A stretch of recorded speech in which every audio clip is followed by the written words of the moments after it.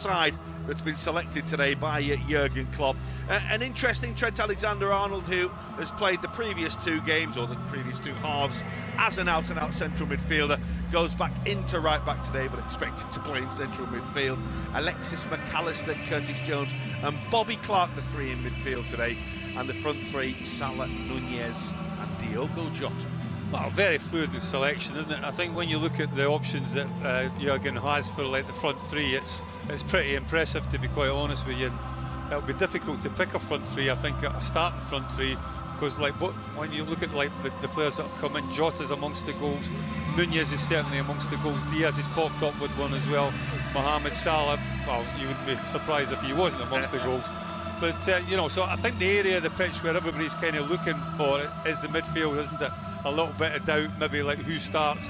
Szoboszlai has obviously been out with that ankle injury. Significant that he will play today, we're told. And I think he will play a part in this game. And then obviously McAllister, the two signings at like at the beginning of the season. It'll be interesting if like they both start come the game against Chelsea.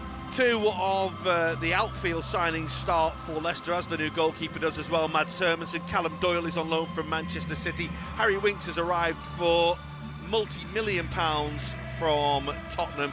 Casey McAteer is probably the unfamiliar player that you will see playing on the left-hand side of a front three. It's three in midfield, and they're led today, perhaps interestingly, by Ricardo Pereira, who's been named as captain by the new manager Enzo Maresca, who of course was working under and with Pep Guardiola at Manchester City. I think we've talked about Pereira quite a bit. I mean, he obviously had that horrendous injury that set him back quite a bit, but there's no doubt in his quality. I don't know the fella, so I'm not sure about his leadership qualities, but obviously the new manager has been impressed with him and made him his skipper.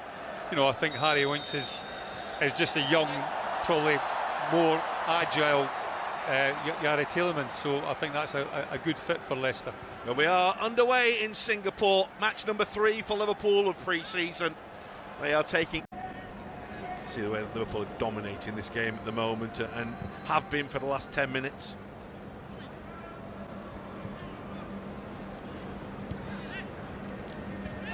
Alexander-Arnold, that's a lovely little thread for McAllister. Diogo Jota, and he's gone for goal. Hermansen saves, but it won't keep out Darwin Nunez, who can't stop scoring in pre-season for Liverpool. That, in terms of what he's done so far, was an absolute gift. Well, get the ball into a danger area, and Darwin Nunez, 9 times out of 10, will get on the end of it. And his return of goals last season was a pretty good one. He'll be hoping for better this season. Has to be said that had the goalkeeper not touched it, the ball probably would have gone beyond Darwin Nunez. The touch from the goalkeeper certainly helped him, but as a centre forward, you've got to be in that sort of position to take the benefit off it.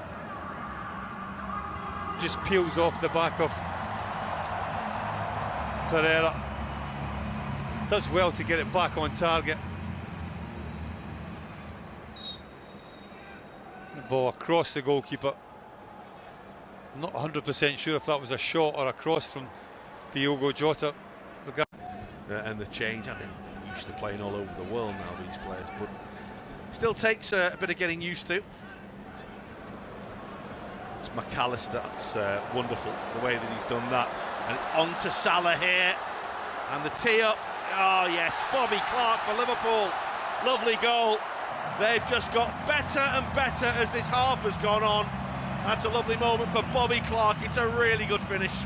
Well, it is a really good finish, and it's a lovely set-up again by Mohamed Salah. He realises he can't do it himself.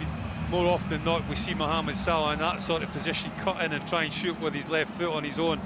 But he gets his head up, lays it back into the path of young Bobby Clark, and it's a lovely, calculated little finish into the bottom corner. Once again, Alexis McAllister was at the start of it. Bobby Clark was the end of it. Swept home beautifully.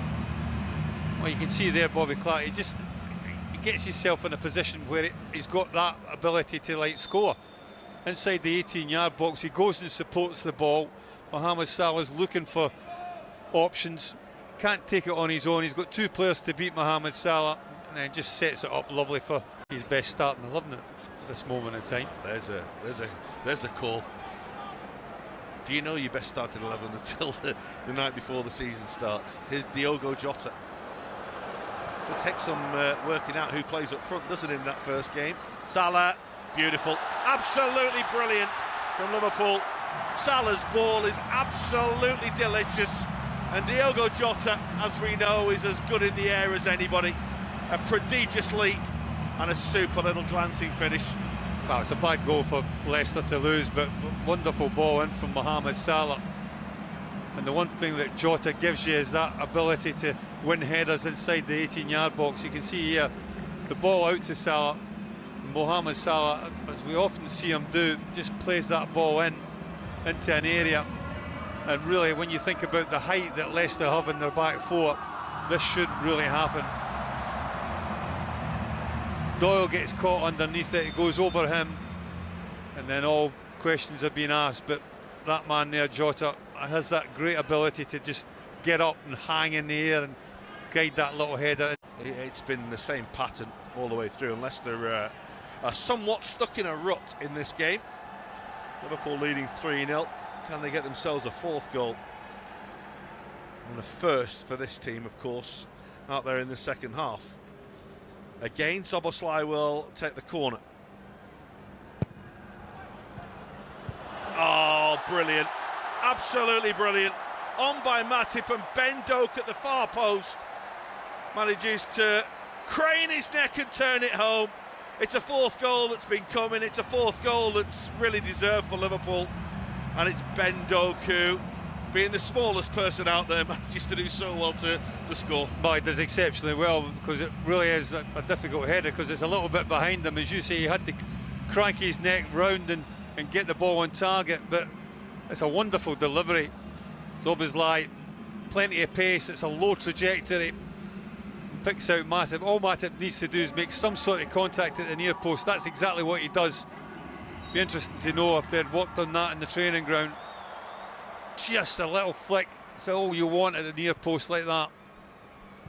Well, I'm going to say that Szoboszlai says to Matip, he almost points at him, and after the goal